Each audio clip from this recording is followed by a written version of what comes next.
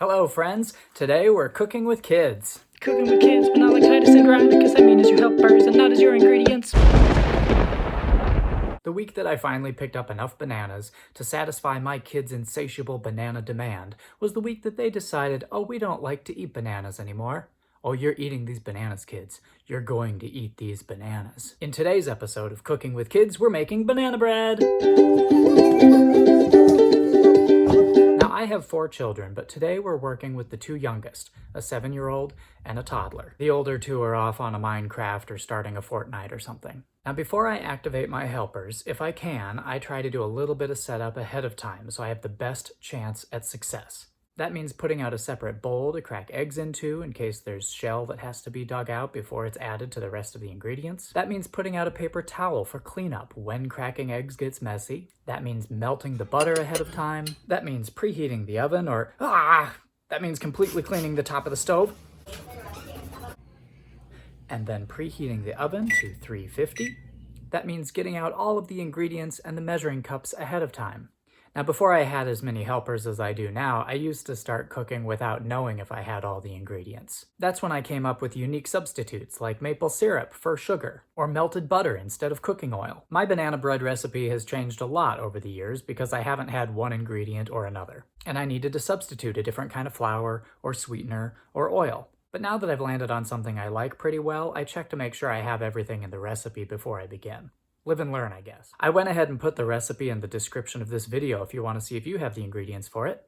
The biggest piece of advice I can give when cooking with 2 kids is divide the task of mixing wet ingredients and dry ingredients by child.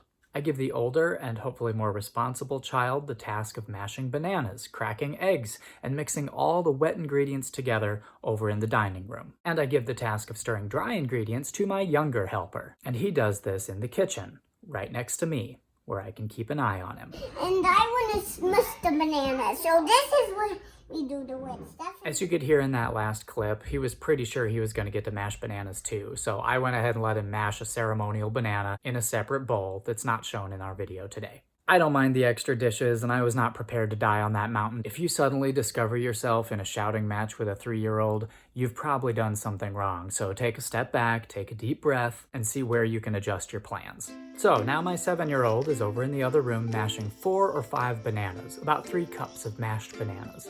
Well, I guess technically she's peeling them, and now she's mashing them. Mash, mash. While my little guy and I measure 2 cups of flour. Okay. How about, wait. Okay. Good job. Should we do another cup? Yeah. I like to use 1 cup of whole wheat flour for texture and 1 cup of self-rising flour, because I had that around one time and it works really well. But if all you have is all-purpose flour, 2 cups of that works great. Team Wet Ingredients comes in for the first egg. She takes it back to her position in the dining room and cracks it, painfully slowly.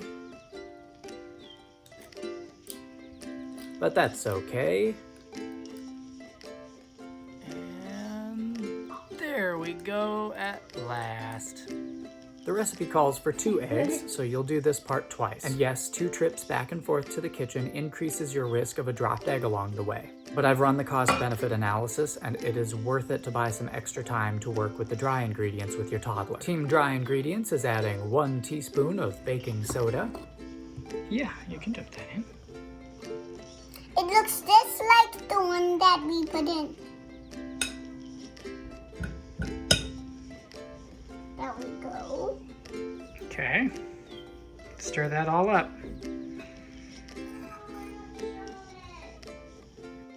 And a ½ teaspoon of salt. You need it all the way up to the top. Okay, go ahead. It looks just like the one we already did. Now, instead of sugar, this recipe calls for 1/2 cup maple syrup. So that will be added to the wet ingredients. Perfect. Okay. Get off! I want to see! Looks like someone left their post in the kitchen. That's on me. It's okay. Sometimes spills happen, Okay. and it's a good chance for the grown-ups to practice patience. And it's a good chance for the children to practice cleaning up their spills. Now we add 1/2 teaspoon cinnamon, 1/4 teaspoon ground cloves, It looks just like this thing. 1/4 teaspoon nutmeg. Nutmeg. What nutmeg? Stir all that together, little guy. Send 1/2 cup of melted butter, that's 1 stick of melted butter, along with your older helper. Oh, the butter smells great. Okay, pour it in. Just the butter smell. You can follow along to help measure the vanilla. We need 1/2 teaspoon of vanilla, give or take. Okay, go. We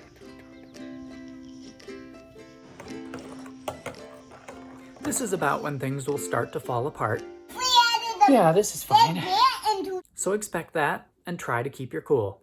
in this minute. Is it all mixed up? But some of it got in my nose. A little bit. Now I need to sneeze, Dad. Don't sneeze in our food. Once the wet and dry ingredients are all mixed together separately, it's time to bring the ingredients and the helpers into the same room to mix it all together. Can I scoop it Yeah, out? you scoop it out. Make sure it all goes in the bowl. Good work. Good teamwork, everyone. Should we put It looks chocolate like chips a in it? little white and orange egg mushroom. So practice those turn-taking skills and let them mix while you prep the bread pan. Did I mention you need a bread loaf pan to make banana bread? I didn't. Okay, well, it's kind of implied, right? And smells like cinnamon. As you pour your mixture into the pan, make sure your 3-year-old helps with a useless fork. Then find someone to help you open the oven and put your creation inside. I find it's helpful to turn the light on in case anybody wants to watch. Ooh, it's cooking.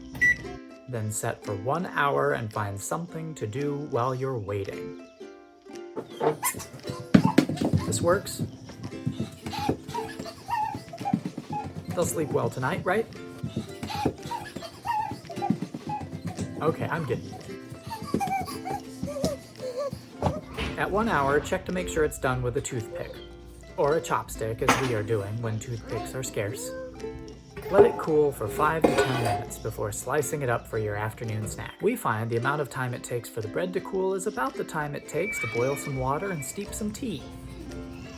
Afternoon tea and quick bread has become a fun part of our daily routine during the pandemic. 1 loaf of banana bread is about enough to feed our family of 6 for 2 days, or 2 tea sessions.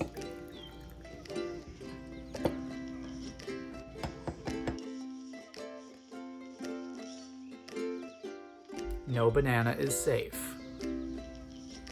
I will see you in the mixing bowl in 2 days, my friend. Good luck with your own baking adventures. If you decide to use my recipe, let me know in the comments. I'd love to hear how it goes for you. Happy baking!